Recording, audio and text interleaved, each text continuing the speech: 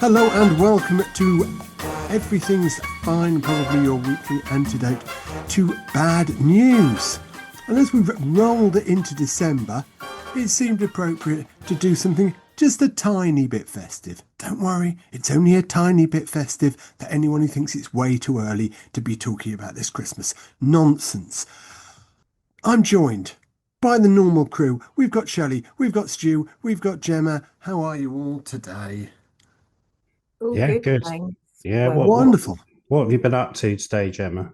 Me, I have been running around trying to sort out my car, which decided to kind of die on me yesterday. Oh, okay. Is it It's sorted now? Not exactly. I'm still carless, but the very expensive sounding noise that it made yesterday when I went to come home from work, not quite as expensive as it could have been. You all right? For a brief period of time, I owned an Alfa Romeo, and every time that made a noise you weren't expecting, you knew that was going to be expensive. Yeah, That that had to go, was and it made a lot of noises it yeah. wasn't supposed to. Was that when you were Incidentally. in your pop band, Jim?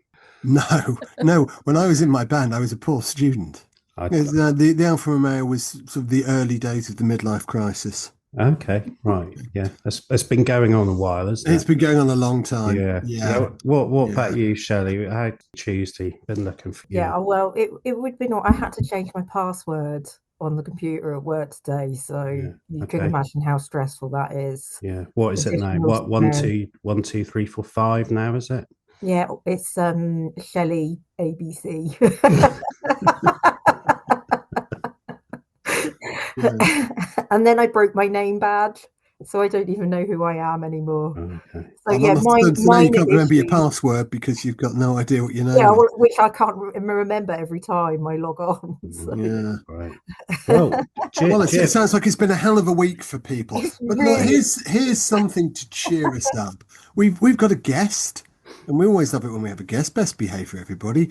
We are joined today by Paul Goldsmith. Welcome, Paul. Hi, hello. I just have to say, I mean, I love an intro that's festive and Christmas where we're talking about passwords needing changing and broken down cars. I mean, there's yeah, nothing more festive than that, to be yeah. honest. Absolutely. This is almost a Christmas special, isn't it? Yeah, Well, I All you think needed was an argument with family and you'd have been absolutely spot on for an yeah. Easter. the reason why this is just a tiny bit festive is because when Paul isn't wasting his time talking to idiots like us, at the moment he is running the local franchise of the Polar Express, which I think is still one of the UK's most popular Christmas attractions. So, I mean, how's it going, Paul? It's started now, hasn't it? Oh, it started. I mean, you're talking about, is it too early for Christmas? It started on the 8th of November. That's when we had our first live audiences. It started for me probably in February of this year. So I'm well Christmased out already before we start, but that's okay. But yeah, no, it's going brilliantly. The audiences are loving it. Our cast are top level, and just I couldn't ask for a better team this year. The railway, everything's working wonderfully there because, of course, it's from them and for them, and it's very important for them that it's successful. So at the moment, with 3 weeks of it left, couldn't be happier. So don't ask me to come and be interviewed next week because it might all change. Well, that's fine. So, can I just check? So, for a month, they've been successfully running a rail network. Yeah, absolutely. Blimey. Yeah, Blimey. I know certain rail operating companies around the country who would be hard pushed to manage that. So, Paul, if anyone fancies coming along to that, what do they do? I think the truth is at this stage they probably have to wait till April to book them till next year. Oh, really? It's that popular, is it? Yeah, Fantastic. we get 45,000 audience members every year. Wow. The tickets go online in April, and it's like a Take That concert. It literally melts the website every single year because everyone Wow. wants for December. Because as you said at the start, that's when Christmas starts, really. Yeah. But we run throughout November. There is the odd seat here and there. So yes, people can go online at the Mid Norfolk Railways website and have a look. but they are few and far between at this stage, to be fair. I was going to ask you if doing this helps to put you in the Christmas spirit. I'm not sure if you've been doing it since February. I mean, either you're really good at feeling Christmassy pretty much all year round, or is it just a little bit different when you actually start going live with it? Yeah, do you know what? If you've never seen somebody dancing to Christmas music in the middle of July of an English heat wave, or somebody on a self-tape doing a Santa Claus impression dressed up as Santa in July, then what is Christmas, is what I have to ask you. Does it put me in the Christmas spirit? Remarkably, despite I've run this show now since 2018. I mean, remarkably, yes, because what you actually get, the show itself, everything that's in it is so magical. But what I get is the families and the audiences, and when you see them together, and what we do with our work to get them into the spirit, you can't help but feel Christmassy after. I have a completely different soundtrack when I get home. I don't want to hear certain songs I've been listening to several times a day, every day. But no, it does put you in that frame of mind. I haven't got tired of Christmas yet, put it that way. Excellent. Well, look, we'll come back to Polar Express shortly. Let's just start by how you moved full time into performing arts, because that hasn't always been your day job, has it? No, no, I was one of those people who, when I was young, was told I should be a performer. I used to do impressions and sketches at school for the school assemblies. And my first school teacher told my parents, well, he's going to be on stage, and I want a ticket to his first ever show. But I'm from a working class family, and the idea and thought of going into a notoriously hard to fund lifestyle was perhaps not on the cards for me. So I left school and did what most people do and went out and had regular jobs. I found I'm neurodiverse, and I found I perhaps wasn't suited to that world. I did quite a few different things, and I think I did them okay. Bit by bit, I think inside, without realizing it, I needed to get back to performing. And I started training some adult training courses over 2 years at the Theatre Royal, and then started picking up a couple of Amdram local work, and thought, well, I do enjoy it. Maybe I can do it for fun on the side. And off that, got spotted and started doing some commercial work, so TV work, got a few odd jobs paid here and there, and went, well, this is all right, you get paid for it as well. Who knew? And and bit by bit just built it up from that, really. Kept doing loads of different workshop training, getting to know people, networking. Got to the stage where I was earning enough from that sideline to say, hey, let's do it full time then, and have been now for approximately 15, 16 years, I think it is now. So yeah, Imagine enjoying your job. I know. I know. Well, hang on a minute. I didn't say. Right, let's be fair. You're putting words into my mouth there, Shelley. No, but you actually spot on it, isn't it? A remarkable thing that we get to do, and I think it's something that I always, to this day, so I get interviewed for a lot of sort of new performers coming into the industry and that sort of stuff. And one of my pieces of advice is exactly that. Remind yourself that you are paid to go out and enjoy yourself and do the kind of thing that so many people would love to do for a living. Because when you get to enjoy your work, it's not work, right? Exactly. Yeah. Well, that sounds amazing. So looking back at your own sort of transition from amateur productions to full-time professional career, what's the one lesson or spark of curiosity you would most hope to pass on to the next generation of actors? I think the very first thing is to remember that it's a lifestyle. I think too often we see people. It can be terrible for people's mental health when you try and have a full-time career in it. Everyone in the regular world for work, you want that interview, you want to get that job. And it happens to people day in, day out. The minute we get a job, we're looking for our next one. And I think what happens with that, people feel they're failures, feel they can't make it, they're not good enough. And I think it's remembering that this is something that you have inside you from day one, from a toddler, really. And you're able to do all of it. You don't have to be a full-time performer. You can take time out of the industry as well. You can give up for a few years, do other things. And it's really important to remember that, and especially when they first start. I know that sounds ridiculous, but what happens is these young guys and girls are training for 3 years at a time. They're coming straight out, got an agent, the world's my oyster, I'm going to be the next big thing. And wallop, they don't see work for the first year, 2 years. Mm. And then they end up on Love Island. And then they end up on Love Island, yeah, which actually Mm. seems a very viable way nowadays, Mm. doesn't it? That and influencing. But it's crucial that they remember those moments of at the moment it may not be your everyday full time, and that's okay. It's Mm. absolutely okay. We've seen too often, I mean, everyone knows, yeah, oh, it's a waitress in Starbucks. She's probably an actress, the old joke about that. But the truth is, there's nothing wrong with that. If you're doing that and you're supplementing your income so that you can then take the jobs on when they come and you can enjoy them and can enjoy your life, why not?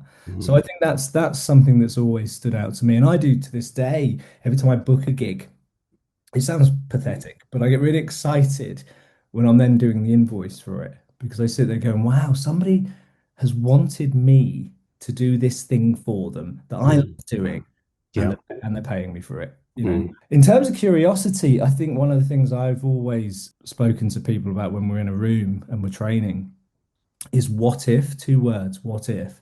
And I think when you're in a creative space, if you can always hold on to the 2 words, what if, you can really push things further. I think people get caught on here's a script, here's a character, here's a show, what are we going to do? But if you add the words what if to it, you can take it so much further. And I think if you do that, actually often in your day-to-day life as well, whatever kind of industry you're in, what if that could happen? And what if this would be a thing? And what if we try that? And what if we try this? Mm. It just keeps you infused and engaged in what you Mm. And I think what you said there, if people don't make it initially, then, it's important, I guess, if you enjoy it, love it, to get involved in Amdram and just do things to keep your interest up. Because I guess in that industry, you must have to be very resilient.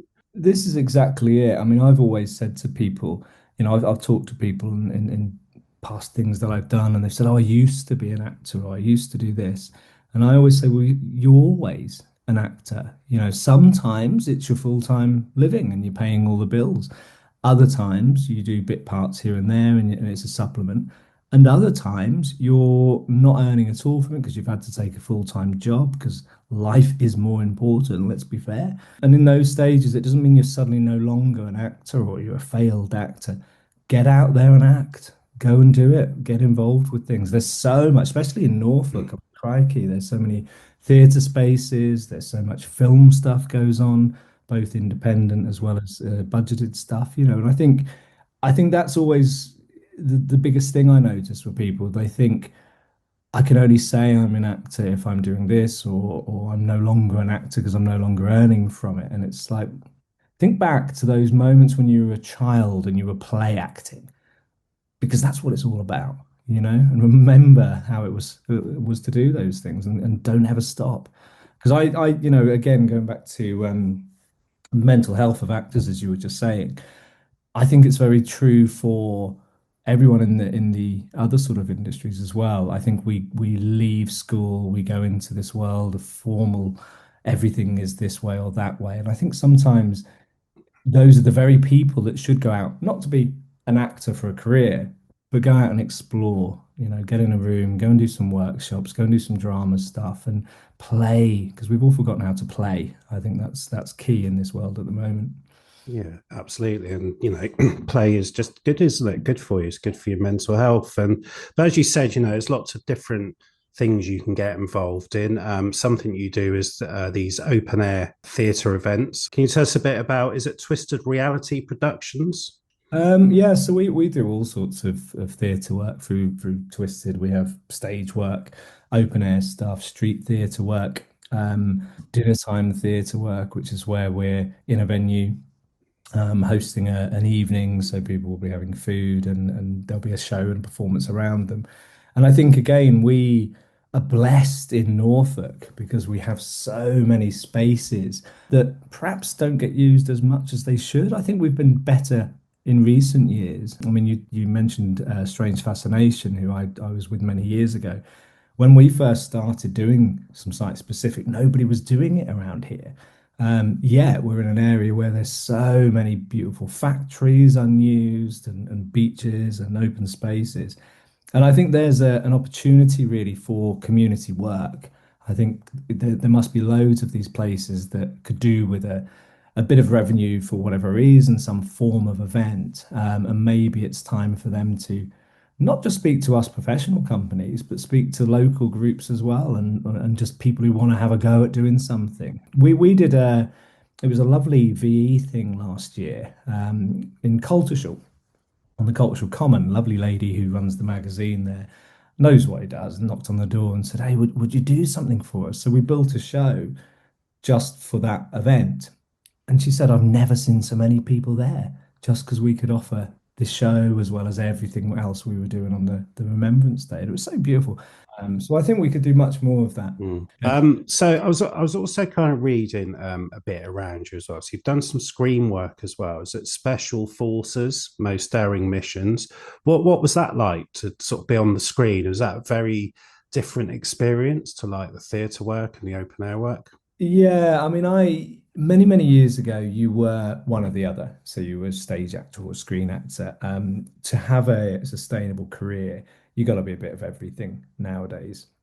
The screen work, it can be hard to find work that pays well enough with screen work. There's no two ways about that nowadays because of the YouTubes and the way social media content is filmed.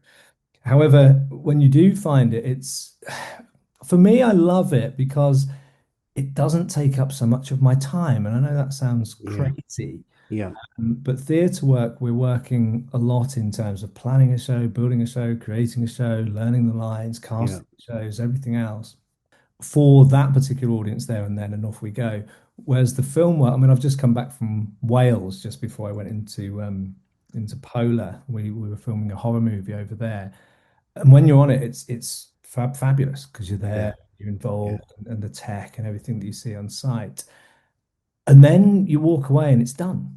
yeah, It's forgotten. And there's yeah. until it gets released, and this is it's got a cinema release first, but in Yes. America. All So I right.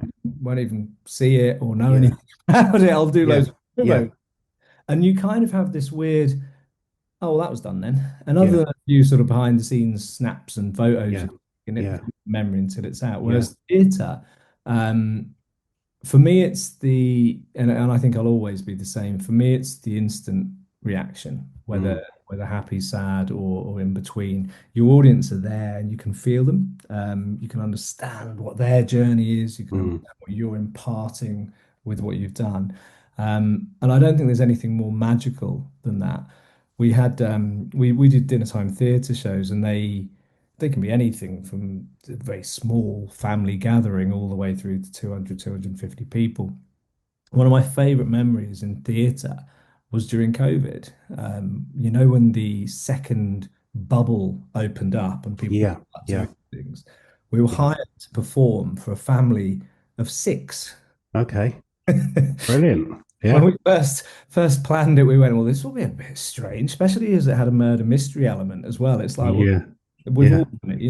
yeah, But it was one of the most joyous yeah, moments in my whole theatre career, despite yeah, yeah, stage and touring and everything else, yeah, because suddenly you saw these people and what it meant to them. Uh, yeah, they hadn't seen each other throughout yeah, COVID, and here they were, six of them being silly, yeah, silly actors, yeah, great time. And yeah. that that for me is still the power of theatre over TV and screen. Mm. And I think, COVID showed, didn't it, that when we were all locked away, the one thing we all craved was art and culture and, movies and music. That will never go away, will it? That's what human beings are, isn't it? Well, Yeah, AI is trying hard to make it go away. yeah, I don't think it'll quite succeed because, as you say, it's the human element still. We need that human yeah, moment, and whether it's emotional, whether yeah, it's humor, yeah, whether it's soul stuff. yeah. Okay, let's bring our festive spirits back up and return to the Polar Express then. Initially, Paul, how did it all come about? So, I mean, the Polar Express. Obviously, we all know the film, based on the book, which is sort of 20 years old now. The film. Mm. The franchise all started in America. There's a lovely heritage railway over there. And that's exactly what it was designed for. So for many years, you've probably heard of Santa specials on trains. Yeah, absolutely. I think they'd realized that people were sort of tiring of that kind of experience and wanted to build something bigger to save their railways. Like literally, that's what it was all about. Like nobody who's going to these places, who's getting involved with them now, you know. Yeah. So they started their site over in America. It went fairly well. They opened a couple more. Then back in 2017, they started bringing them over here, and the Mid Norfolk were one of the ones selected. So I, funnily enough, wasn't involved in the first year at the Mid Norfolk. I was touring around the UK in a show at the time, but got involved the second year, 2018.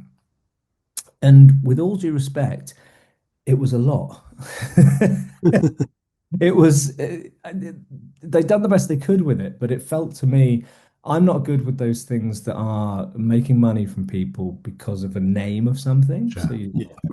Faulty Towers shows, those sort of things, for Yeah. example. If you're going Yeah. to do it, you do it very, very well because that's Yeah. what you paid for. They haven't paid for you, they don't know you. Yeah. Um, and that during that run, I thought there's so many things that should be happening in this based on what the film does and the connections of the film. So I just started doing it within my shows and started getting loads of feedback. So loads of audience writing in what the conductor said to my child. You don't believe how that's changed things, given them such confidence, blah, blah, blah. And so once the show finished, they invited me in and asked me if I'd direct it the following year. Mhm. And I went, only if I can do a few things differently and write it. And they went, yeah, that's fine. Warner Brothers would have to sign off on it, but we're happy to listen and see what it is. And that was it. Yeah. So I started, and I feel like I'm still on the train because Yeah. it's You, it's you, got Absolutely. there. And we've seen, I mean, I know I've seen a lot of stuff on social media, people who have written into you Mhm. about some of the wonderful experiences that you've given the kids, particularly some of the more neurodivergent kids who have been on the train. Where does it come from for you, that ability to connect with and to make an experience for those kids?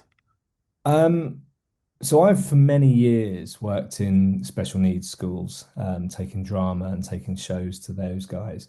And one of the things that always used to stand out was the schools themselves would say, we don't get to go anywhere where whenever things are on and these events are happening, it's almost like we have to be isolated. They come to us and won't go any further. Whilst the theatres have changed that, one of the things that also stood out was the parents, and they used to say, it's lovely and great, but we never really feel that we can go to a show where my neurodivergent child can engage as well as my child who isn't neurodivergent. And to me, it's been that thing of what is a family show? What is Christmas? And you have to be able to have these families come out as all and experience it. So I spent many years doing that before I started turning it into how I would engage in Polar. And what I observed in a lot of Christmas shows in particular is people get in people's face all the time. So you will enjoy yourself. It is Christmas. Come on, round. We're all big and loud and bright and colourful. And isn't it wonderful? I've got a tinsel hat, the kind of job. And being autistic myself as an actor, I couldn't think anything that I'd less enjoy than that. So we spent a lot of time with our cast working on how you engage with everyone's different level to allow them to enjoy. If they're involved in a singing moment in the show, great. That's the only moment they might enjoy, but that's what they've enjoyed. It's okay. You don't have to force feed them. You don't have to push them throughout to enjoy every single second. And we've made it become comfortable for them, not in terms of lighting, not in terms of turning sound down, in terms of the knowledge that when they arrive, should they want to come out and look at the platform first, they can. If they want to come and sit on the train, they can. And I think all of those steps together allow them to relax, first of all, to give it a go. And if it happens, it happens. Each carriage has a vestibule, so if somebody becomes overwhelmed, they can go and step out. We explain that to the parents. And it just grew from that. And alongside it, it's what we say when we're ticketing. In the film, there's this lovely moment where the conductor tickets. And that's one of the biggest, and the reason why Warner Brothers renown us as the best in Europe, because of that element, because we take time to engage with them. I had a lovely email from this weekend. There was a young lad got on, and as his parents walked past, I heard his name. And straight away, I think I have a kind of radar. This guy's autistic as well. I'll connect on a different level. And what happened? He was very shy and very overwhelmed, and I just bit by bit took the time with him. And when he didn't want to do something, instead of going, okay, I'm walking off, I made a thing of him not doing it. Like, that's okay. That's a strong thing to do. Making a choice is big. You don't have to feel that you've let anyone down and all of that stuff. Yeah. And came down to his level. So much so that the show had ended and I'd gone off to get to the changing room. And they'd left the station, they'd gone through the gift shop, they'd got outside, and he then decided that he wanted a photograph with the conductor. And the next minute, they came running to the change room and said, "Oh, Paul, could you come out? This young lad, he's really upset because he wants a photograph." And I came back out and stood with him, and we had a photograph. And for the parents, it's huge because they now feel that their child has been seen, has been heard, has been understood with a lot of words, with very few words, whatever that particular individual child needed. And that to me is huge in theatre. We are doing a lot of accessible things, but it doesn't always have to be about turning lights down. It doesn't always have to be about changing it. There's a level of allowing the experience to be the experience and it being okay if you don't like it. Do you know what I mean? It's That really, that is true inclusivity, that isn't it? That yeah. is it's sort of tailor-made experiences. Yeah, It, I was just it's beautiful. It keeps me going when we're on the 32nd day and the 90 something show. I look at an email like that, of which we get hundreds, and it keeps you going. Sorry, Shelley, I cut you off. Oh, no, no, that's all right. No, it was it was worth hearing what you had to say. So I was just thinking about kind of the other end of the spectrum, because when you think about lots of children in one place, and I think that can be quite difficult, can't it, for like neurodivergent children, because you've always got all the super overconfident children who thrive in every environment. And Yeah. I was just thinking, how do you deal though with that one that's trying to kind of steal the show, be the center of attention, and uh, Well, yeah, one of the lovely things with this show, based on the film character and what it actually stands for, there's the know-it-all boy in the film and the book. That I think represents that child who doesn't mean any harm, but is, I'm going to answer every question. I'm going to be the first. Me.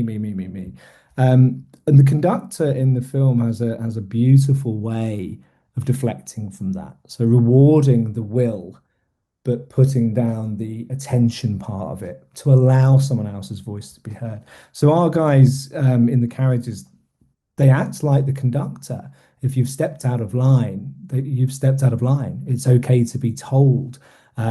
What's even nicer is the parents when they have to be told. So you can't stand up on a train apart from certain moments, and suddenly a parent will be up and in character, the conductor will come along and I told you it's against railroad regulations. You must sit back down. Come on, don't make me go. And it's that moment of them realizing, actually, we've got to follow here. This guy, it's fun, but he's also telling us a message. And it's exactly the same routine with one of the ones who isn't comfortable in terms of we go down to the level that they need us to be on to help them feel comfortable. We go to a level with the ones who are a bit too much. And it's things like just highlighting, it's really great. Yeah, you like to have your voice heard. That's amazing. Sometimes, though, you can be at the wrong time, can it? And it's reminding that you're okay, you're a good guy, but calm it down a oh, little see, yeah, that's patience. That really is bit. patience. So I would Well, be it's humility, exactly. And it's actually for me, I have to be honest, some of the joy of the show is those challenges.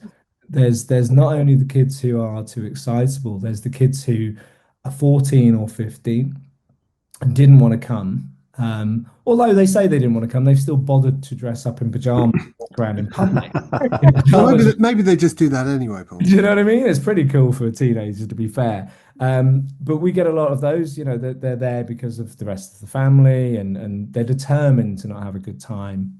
Some of them will even have their phones out.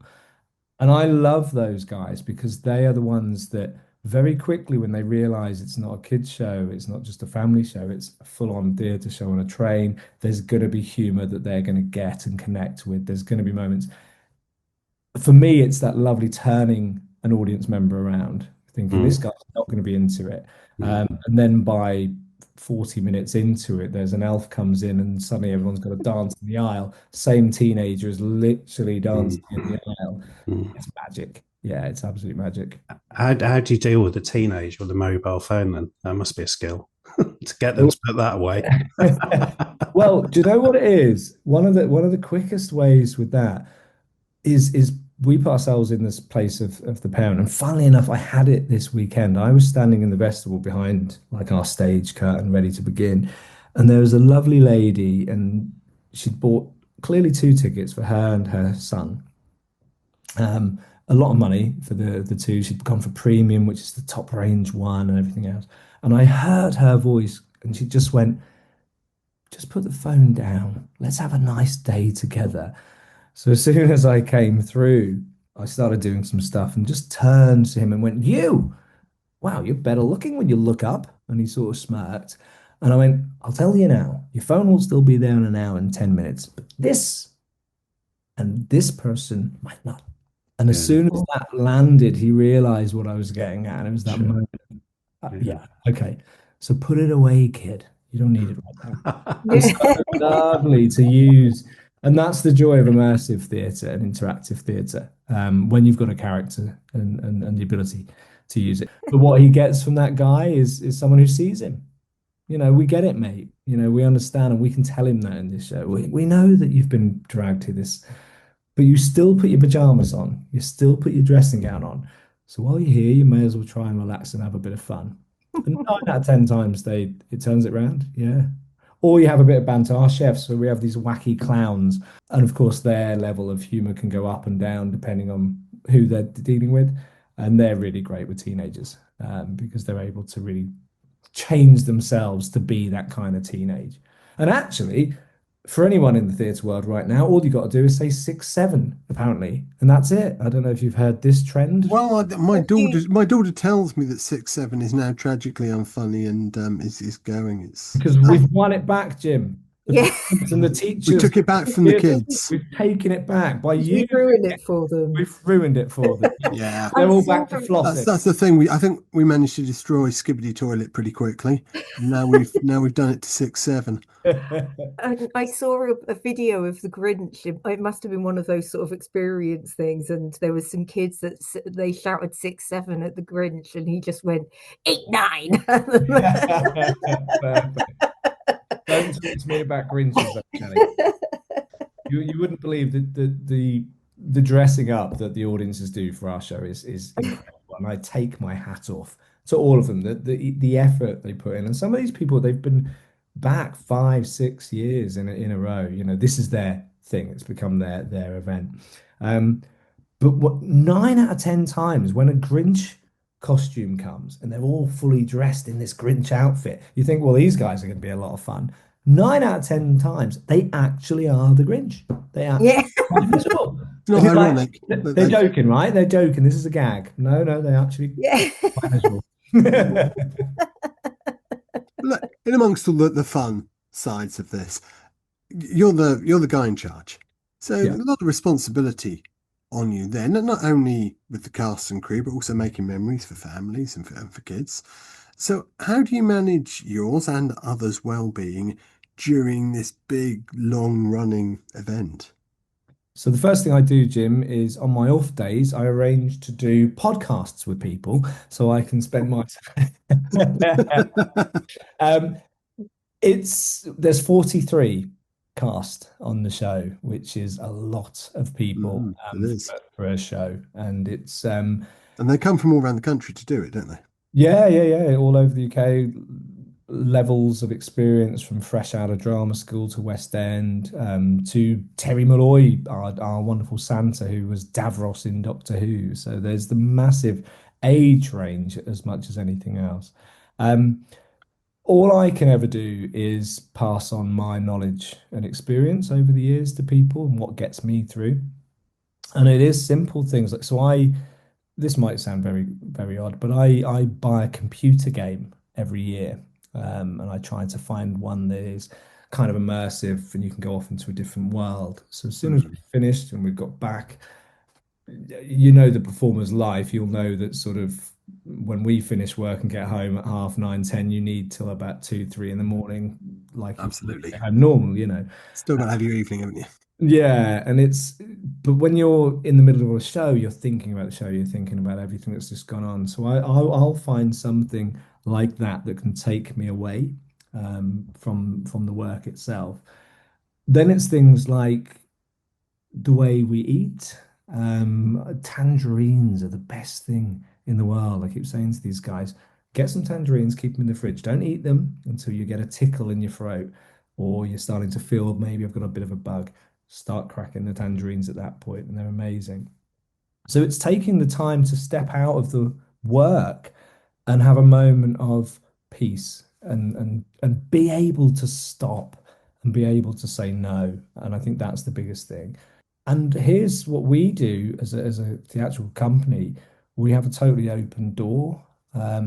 I don't like the idea of people hiding things in terms of how they feel emotionally. It's a very emotionally driven show. We have lots of stuff that can trigger people. Santa comes in and gets these lovely bells out, and if he ever asks about what would you like for Christmas, many times, what my daddy back or things like that. So there's massive personal. Oh, wow. Yeah, it's a lot. It's a lot, and we get and we get special requests as well. This family are coming on. They've just lost their mum. Could you speak to them and say some stuff? So lots of that stuff happens, which impacts and imparts us as humans away from it all. Yeah.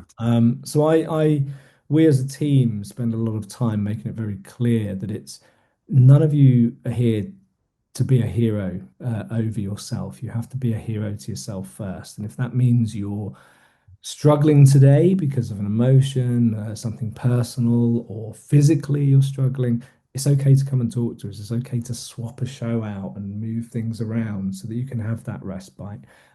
Because if not, you can take it all on and try and do everything. I'm terrible, absolutely terrible. This is, leading up to rehearsals, of course, I'm planning the show, I'm planning the rehearsal period, the lot, everything's going on.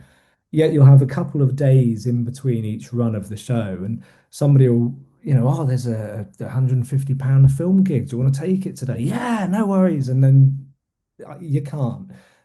So I've managed to stop myself doing that this year, which is good.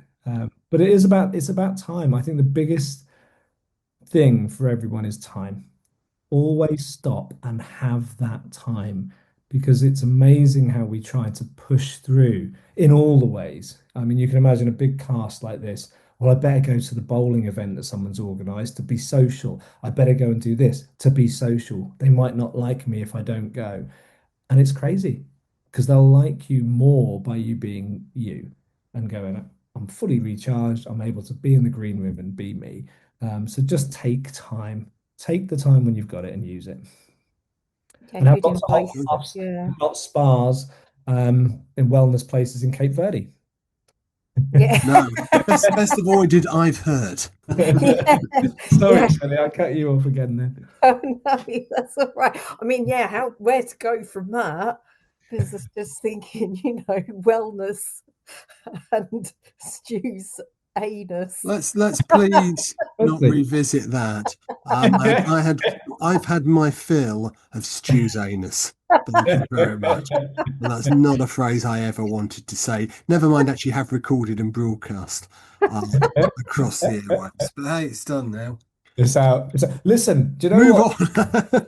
But talking of it's irony though, isn't it? I'm now standing here saying to you about, and I believe this in society, like be honest. It's, we've driven in the mental health world that I advocate. Don't encourage him, please. But genuinely, it's like we talk about these things. It's okay to not be okay, and Yeah. get out there and say, you know what, Paul, Yeah. I don't know myself.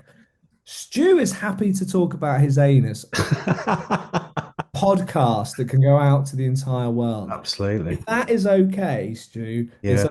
okay for us to say sometimes, you know what, I don't feel like doing that tonight. I want to stay in on my own, relax and recover. Like Yeah. that's the reality. Yeah, Two that, spectrums, right? that is a Absolutely. good point. No, That is Yeah. I think a good point. there's some real wisdom in that, Paul. Thank you. It's But amazing how inspiring your anus is. yeah, but Yeah.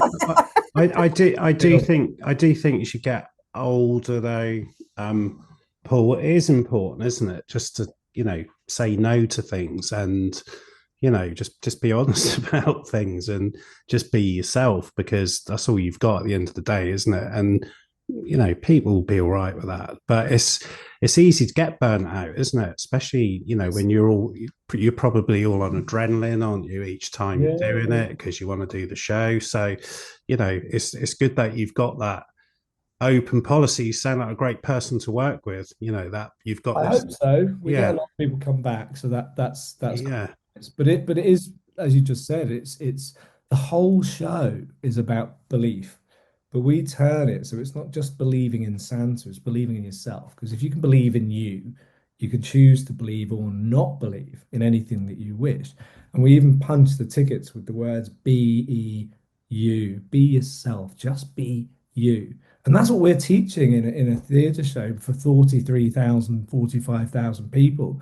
Yet away from it as humans, some of us can't be you because we don't want to upset someone or have someone think different. And it is so silly, And I just think And I think the big lesson we all learn, don't we, is that people aren't thinking these things, are they? And and we're not mind readers, are we? So we say, oh, that person's, and they're not, because most people, if we're honest, are thinking about themselves, aren't they? Making sure they're okay. I always think the minute someone's out on a social event and they hear, "Oh, Jim's not come tonight. He just said he wanted to stay in." Instead of bitching about Jim, they tend to go, "Wish I'd have bloody said it now because I don't want to be here either." It's this mad thing that we have as a society, and it's that kind of stuff that puts this pressure on us all the time. Pressure to conform and be with everyone else all the time. And it's like, be Jim. If you learn nothing else, be Jim. Don't go to the morning group. I think if Jim Jim. said, yes, I keep talking over everyone. I think it's me. It's definitely me that the problem is. But No, not at all. What were you going to say, Shelley? well, I was just going to say, if Jim told me he couldn't come because he was washing his hair, I think I might be a little bit annoyed. Is that some sort of bald remark that you're doing there, Shelley? Are you bald shaming me? Well, it's a good job. It's a good job. It's a good job. We're all friends here, isn't it? Actually, in a panic one time, I wanted to leave an event 'cause I wasn't particularly feeling comfortable there. And in my panic, to try and come up with an excuse, I blurted out, I've got to go, my cat's on fire. Which, even as it left my mouth, occurred to me probably wasn't gonna come across as particularly honest. But nonetheless, no one really questioned it.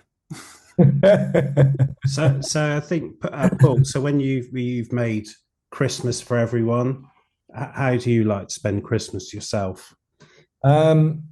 The laying down, not moving for about a week, would be a dream. But no, I have three children, although they're 11, 13, and 16 now.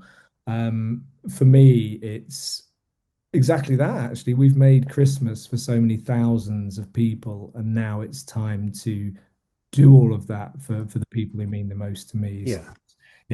Let's do the silly get up, even though they perhaps don't believe in him anymore, but I'm still going to keep going until they tell me to stop. Let's do all the stocking fillers. Let's do all the big presents around the tree. Let's play the games, eat the food, and be with the family. And then probably by the day after Boxing Day, when things have calmed down, then I relax for about a week, and then start planning the year ahead, work, and what's next, Yeah. Start planning the next year's Polar Express by the sounds of things. Yeah, first week of Feb, yeah. But no, do you know what? I'm terrible with Christmas. I think that's the thing. I think I put so much into the show because I think it's commercials. I've had this big dream of what Christmas looks like for many, many years. You turn your TV on and who has that table with the big roast beef and the big turkey, as well as the pork and the crackling and everything that's there and everyone's all together. That's literally been my dream. But I'm one of those people, I kind of think because I believe that's how it should be. I kind of get bored by about 11 o'clock on Christmas morning because the presents are done, the kids have had that part of it, and it's like, now what? Now what happens then? So yeah, I am a bit different to most, I think. Have you got any other projects coming up next year?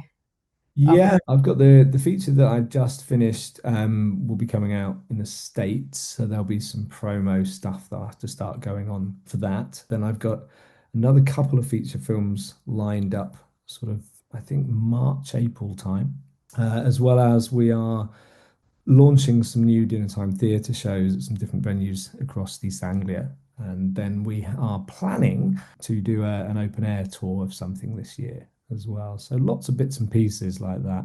My life is crazy like that, to be honest. You can ask me now what I'm doing in a couple of weeks' time, and I don't have a clue. And then all of a sudden, I'm doing 2 commercials, a TV stint, and something else. It changes rapidly. But the first thing is rest. Have some time out.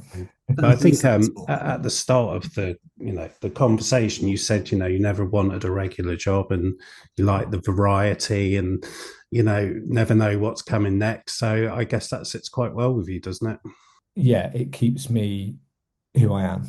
I think is the honest answer to that, and I think it's actually my advice to any new performers out there who are starting out in the industry: be open to do and take a variety of things, because I can go from a big stage show into a big glossy feature film into a room doing a workshop with some kids into something else. I do a lot of role play work, which I absolutely adore because it's at home. I'm often not at home and I'm able to just sit there like this, doing a Zoom, talking to all these doctors. So I have such a variety, which just keeps it interesting at all times. So yeah, I think you're spot on there, Stuart. It suits me to a T. It wouldn't suit everyone. I appreciate that, and I also appreciate the the constant concern of how I can get enough work this year to pay the bills. But I think by being able to be diverse in what you do, that does make this industry easier as well. Paul, if people want to find out more about the theatre company, so it's Twisted Reality? Twisted Reality Productions, yeah. Fantastic.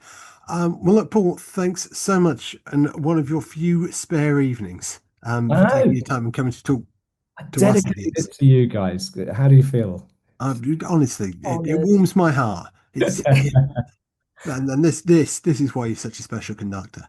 I don't know. I'm just imagining there's a train full of children crying because Paul's here with us. No conductor for you. He's on a podcast. Yeah. No, it's a couple of hours of FIFA 26 as soon as I'm off, so don't worry. No children will be hurt in the making of this podcast. Yeah, sorry, Jim. Carry on. We must let you go and get on with all things FIFA then. Thank you so much for joining us. Good luck with the rest of the Polar run, and for whatever 2026 may bring. Thank you, guys. Great to be here. Thanks, Paul. Take care, everyone. Thanks very much. So next week we will be back with more of our normal newsy nonsense, I expect, unless someone comes up with a better idea in the next few days. I don't know, to see what happens, really. If you enjoyed the podcast, and hopefully you have, you know all this by now. Like, subscribe, share, go and badger everybody you know till they're frankly sick of hearing about it, just like you are. Have a lovely week. Relax, breathe deeply, and remember that everything is fine. Well, probably.